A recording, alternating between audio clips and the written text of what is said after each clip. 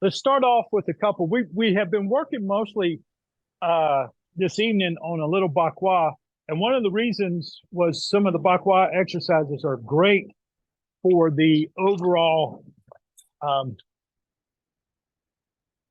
yeah, I got it. Thank you. Great for the overall uh, learning of how to use your waist.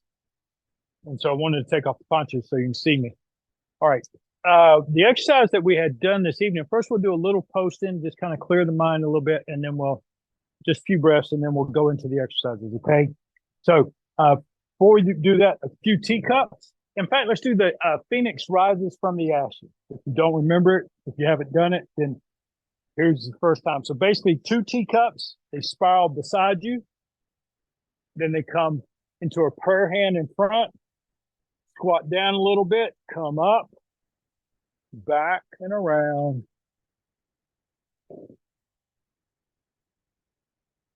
down, two,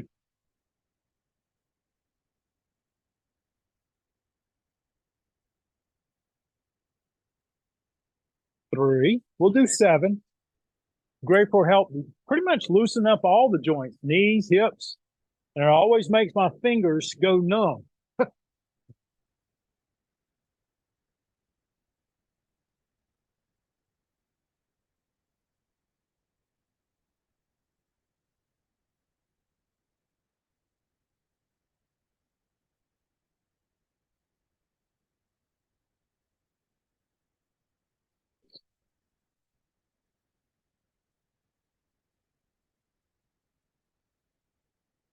All right.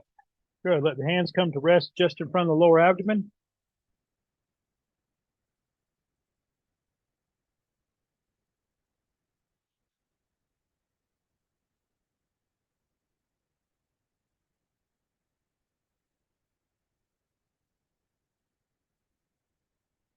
If you're okay with it, allow your body to find its center, close the eyes a little bit.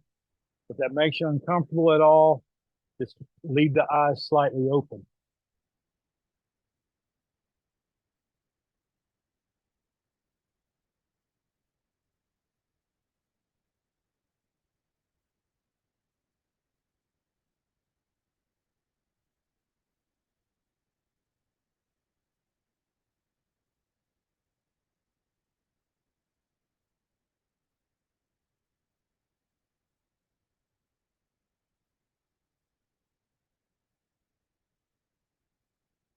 Breathe steady, nice and easy.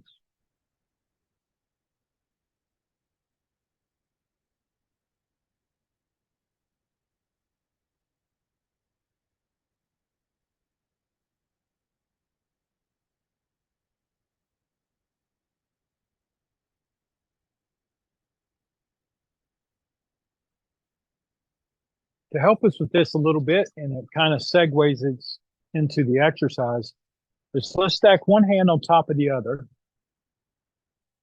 and we'll do a centering breath. So we're going to sync our breath with the exercise. So you're going to breathe in as the hand spirals out.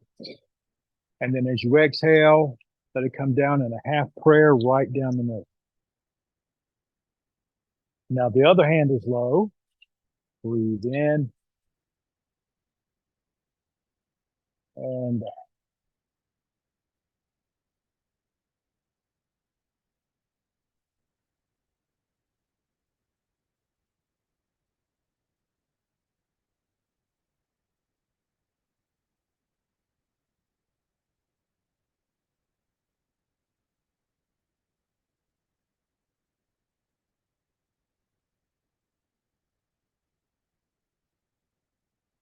one more to each side.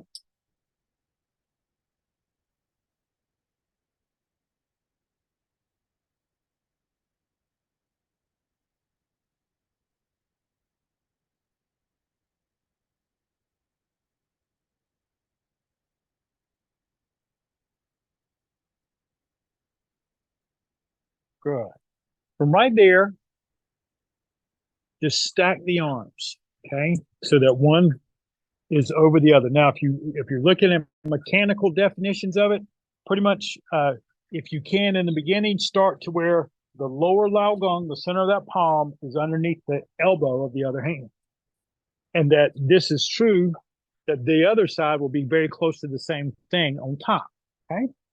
Now, the dragon heart's lotus flower, this is kind of like just getting you ready to learn how to do it. Okay. So we're not going to do the whole thing. I don't think we can inside the frame of the screen, but we can get you started and help you. So the first thing is when you're in this posture, you got two sensations. First is like you're sandwiching a little bit, and the other is the expanding.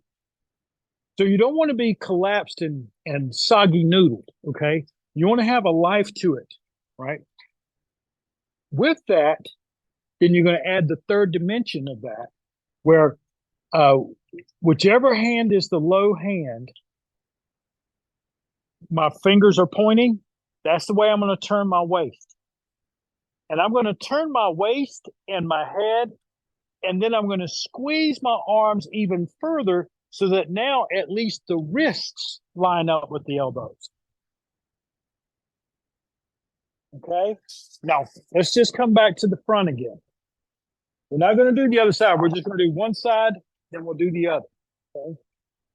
So, whichever, my low hand, I'm going to turn my belly button in the direction that my low hand fingers are pointing. And I'm going to turn my waist as far as I can, and then I'm going to squeeze.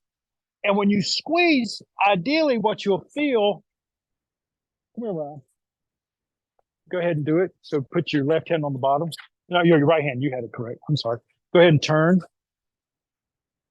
And then squeeze. Nice. When you do it properly, what will happen is you don't want it to collapse too much. So you want to keep a slight expansion to it. But it gets here, and then he'll feel it right through the middle of his back, okay, where it stretches out. And the other part is that the chest will hollow. It'll feel like it hollows out a little bit, okay? Thank you. Stop on that. All right. So that feeling is something that you're trying to accomplish when you turn, squeeze, and out. And then come back, breathe in. And this is how I used to do it because I had absolutely no oblique flexibility, all right, and shoulder flexibility. Man, in the 1990s, this was just like a whole new level of pain for me, like it was for Ryan when he first started. So I would just do it in reps, and so I would just breathe in, come back to the front.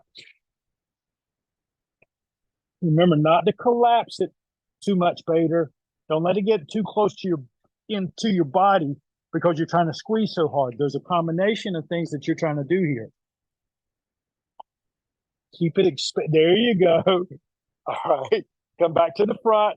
Now, I don't know if y'all can see Bader or not, but one of the things that he's doing to try to do a good job, right? His mind wants him to do a good job, but what's happening is then your body's breaking.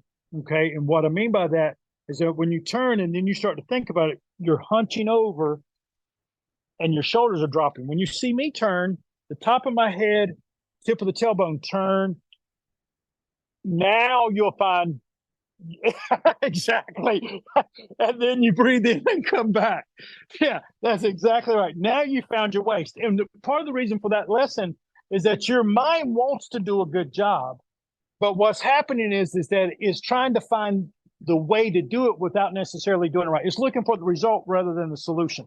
And so what will happen is that you'll lean over, the back hunches over, and it makes you feel like you're twisting further. But when you keep the spine upright, turn,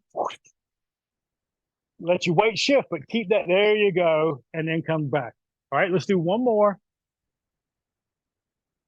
Yeah, well, you're going to feel it wherever you are supposed to feel it. Right? I used to feel it through my waist and my shoulders, right? And then rest.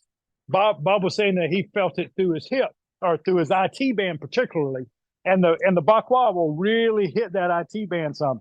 But the idea is that with Bagua, since you're twisting everything up, whatever's the tightest is going to be the first thing to complain. All right. Now let's do the other side. You put the other hand down. Then as you exhale, turn, squeeze. and breathe in and come back.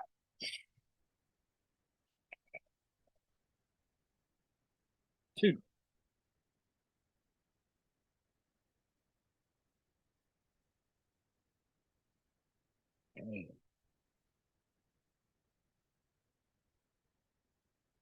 I think Bagua calisthenics was, at least that's what he's talking about, or is perhaps some of the toughest of all of them. One thing about Bagua, if you practice an hour's worth of Bagua, you're assured to having your flexibility, your cardio, your strength, your balance, everything will be absolutely done. And so will I.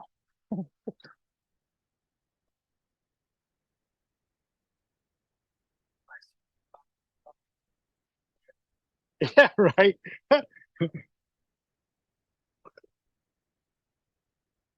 Good. Okay. Y'all get in a couple more reps. I'm gonna look online to see how the folks are doing.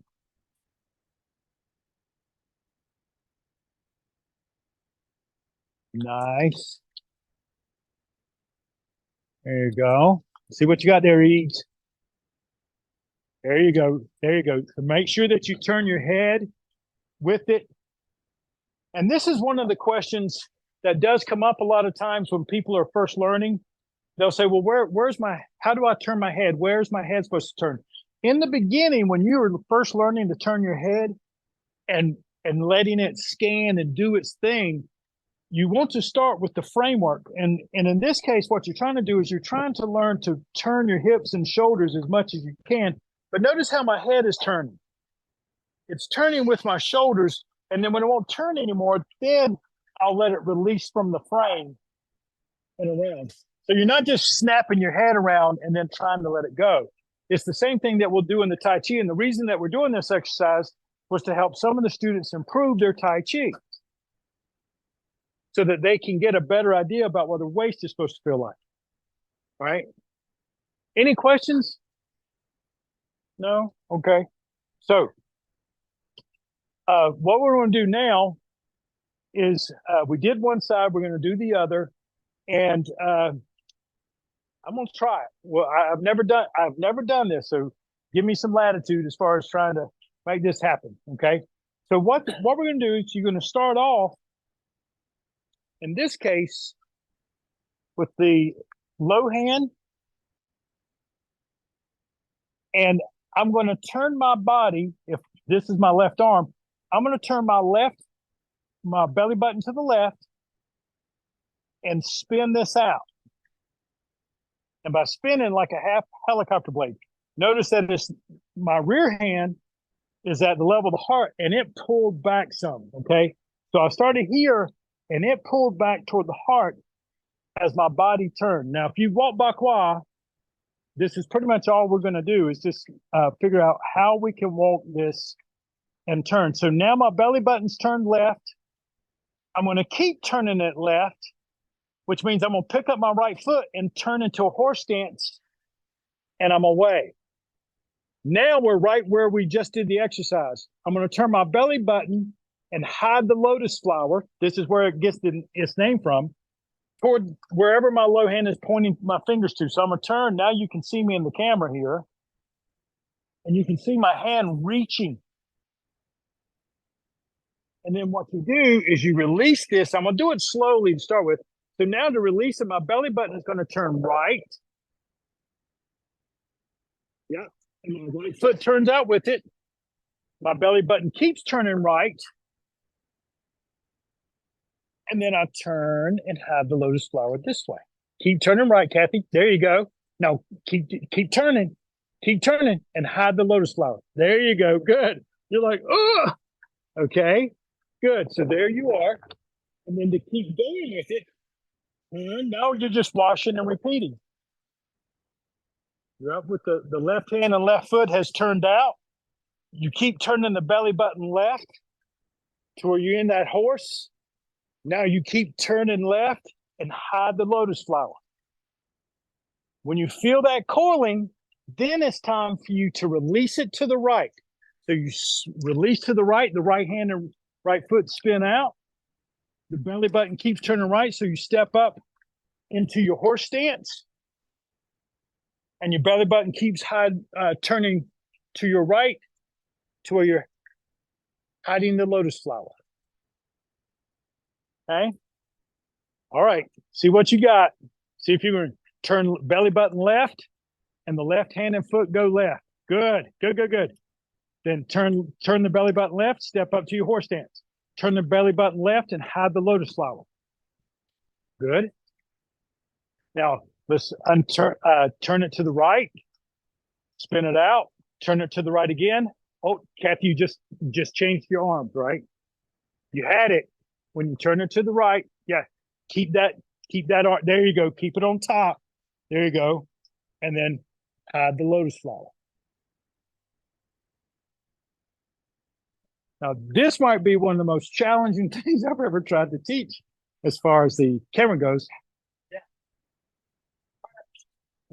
Yeah, it's hard enough to teach in person, is what Ryan said. It is. It's hard enough to learn in person. But if all you got out of this little practice was just to remember to turn and squeeze, turn and squeeze, you'll get a lot out of the practice. And the reason it came up was because on Saturday, the students were working on backhand, intercept, center punch, step up, close up. Just like out of the old style, Bob Speed and Bruce. Okay. So we were doing it very much like what we were doing in the old style, and they were having a little trouble with turning their waist to get to the step up and close up.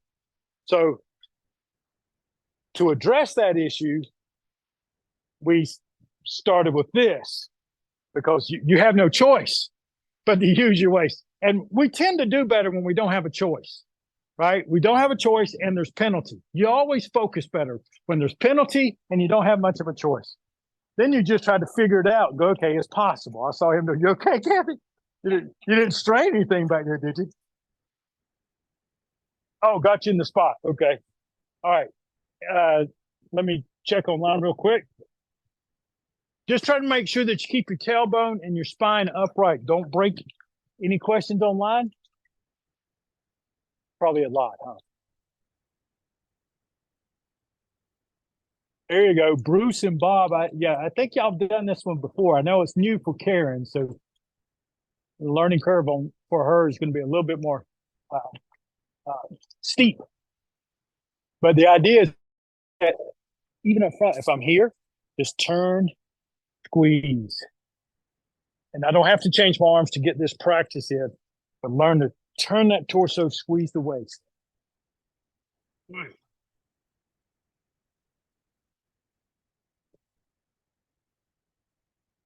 might have to do a full video on this one. Okay, so let's do this. I will lead. You pop up here, take the point. You do. We'll do the fire set. We haven't done the fire set, huh? Well, I don't mean right there. Just I mean somewhere. So you're leading them, and at the same time, I'm over here, and you're in your domain across that side of the fence, and I'm in mine. Right. All right. So we're going to do the fire set. Okay, for those of you online. We all ready? All right, let's just first breathe in and settle down. Take a couple of breaths.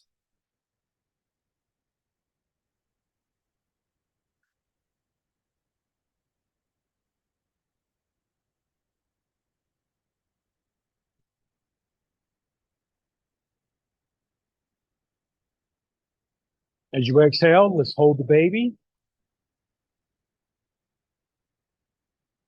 Step up.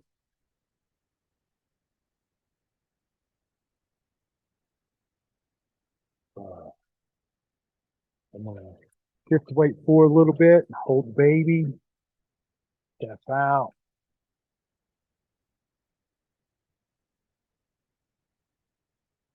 Good. Roll back. Well, just a nice smooth set.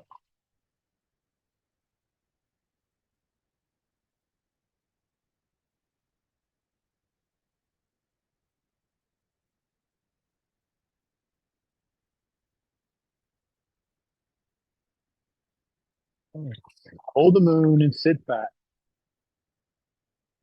Mm.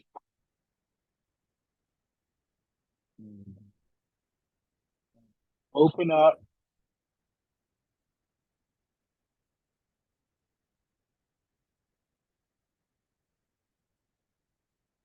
Hold back.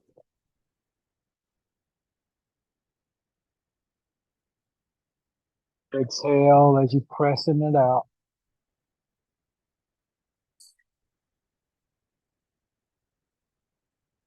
Good. From here, we're going to clear the table.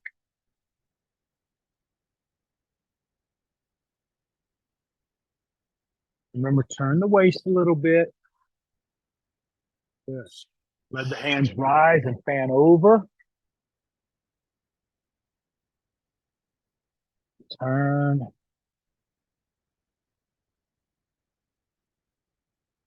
And then open it up. Good. And the hand floats. Turn the whole waist. Good.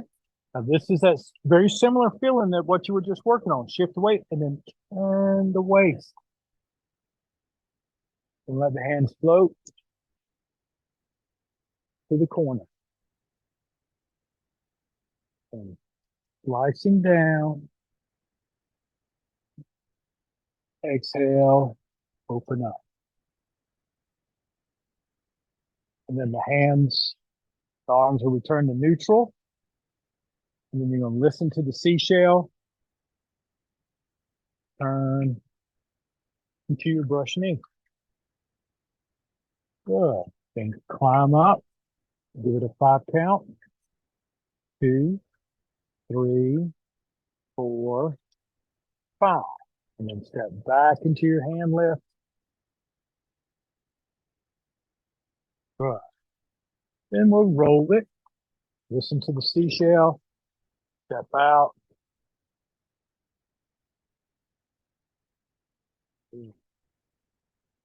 Yeah. Step up.